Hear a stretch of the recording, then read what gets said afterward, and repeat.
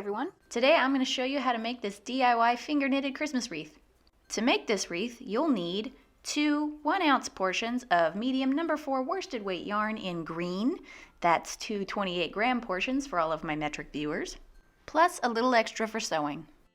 You'll need some ornaments to decorate your wreath. I have this big red bow, some little gold stars and Christmas trees and candies, and then these little wrapped presents that I'm going to use to decorate my wreath. But you can choose anything you like. Just try and keep them mostly small, except for like a big red bow. You'll need a tapestry needle large enough to thread your yarn, about 2 feet or 65 centimeters of craft wire,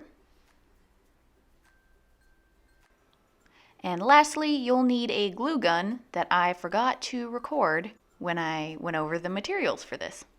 And that's everything you'll need to make this wreath. Let's get started. The first thing we're going to make is the foliage. We're going to use finger knitting to weave our 2 1-ounce portions of green yarn into 2 long cords. For those of you who don't know how to finger knit, let's go over it briefly. Place the yarn between your thumb and your index finger with the tail facing out the back. Wrap the yarn twice around your thumb just to secure it in place.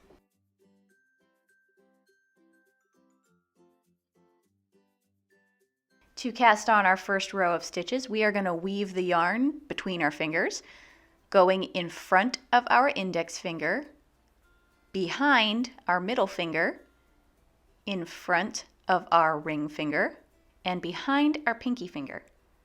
Then we're going to wrap it around our pinky and go back in the opposite direction, going in front of your pinky finger, behind your ring finger, in front of your middle finger,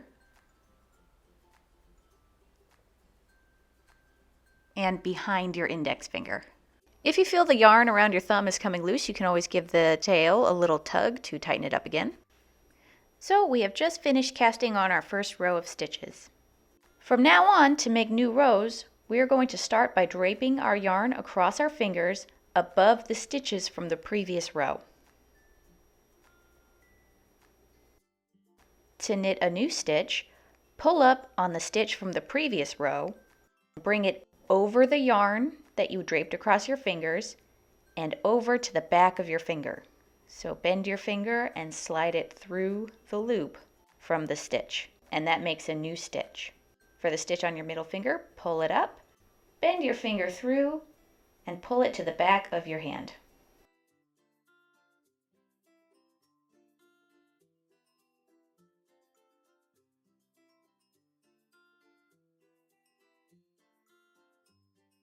And again on the pinky. And we've just made another row. To make the next row, we're going to wrap the yarn all the way around our hand, wrapping around the back of our hand and then back over the front of our hand, draping it over our fingers just like we did in the previous round. And now we knit another row the exact same way we did in the previous round. Drape the yarn over your fingers, then pull up each stitch and bring it over to the back of your fingers.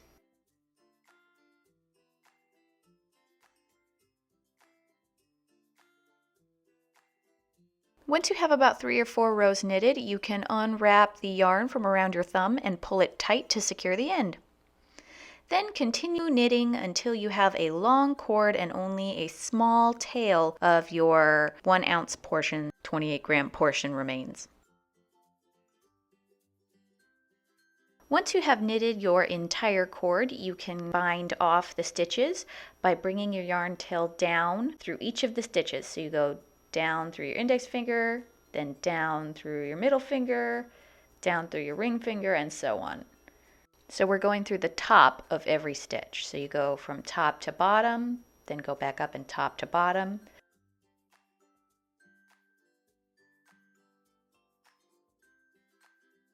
Once you've woven your yarn tail through each of the stitches, you can remove them from your fingers and pull tight to bind off the ends.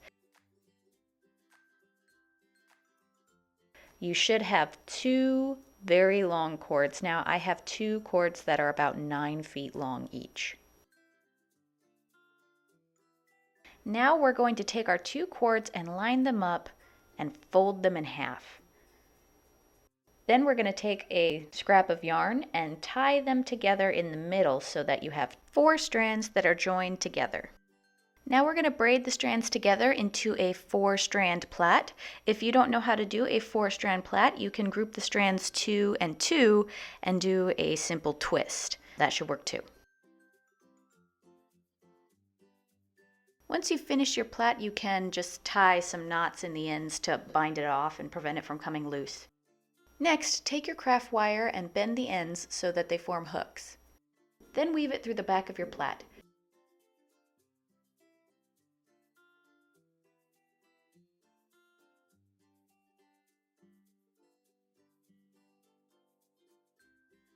Once you've got the entire plait scrunched onto the wire, hook the 2 ends of the wire together and twist them so they don't come undone.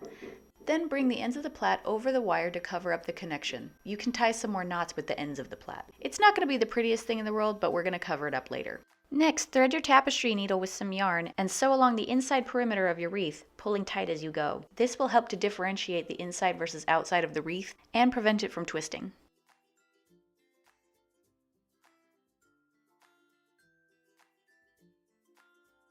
Next, we're going to decorate. I am placing my big red bow right over the place where I joined the 2 ends of my wire together to help cover up that ugly join. You can use your decorations to do the same.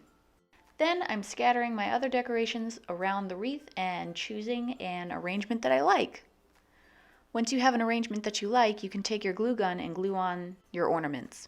I recently moved and I haven't located my glue gun yet, so I had to sew these on. I don't recommend sewing them on. I definitely recommend a glue gun instead, because sewing was very fiddly and difficult. So if you can, use a glue gun.